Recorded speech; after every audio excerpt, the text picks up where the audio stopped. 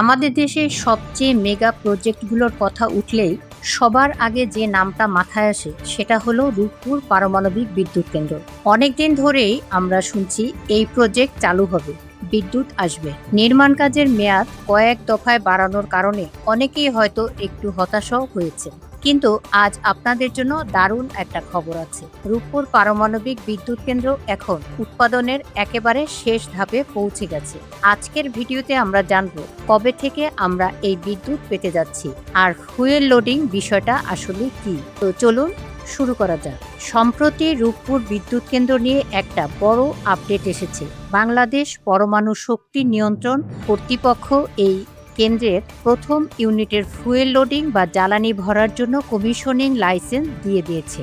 সহজ কথায় গাড়ি চালানোর আগে যেমন তেল ভরতে হয়, রূপপুরের চুল্লিতেও এখন সেই পারমাণবিক জ্বালানি ভরার আইনি ছাড়পত্র পেয়ে গেছে।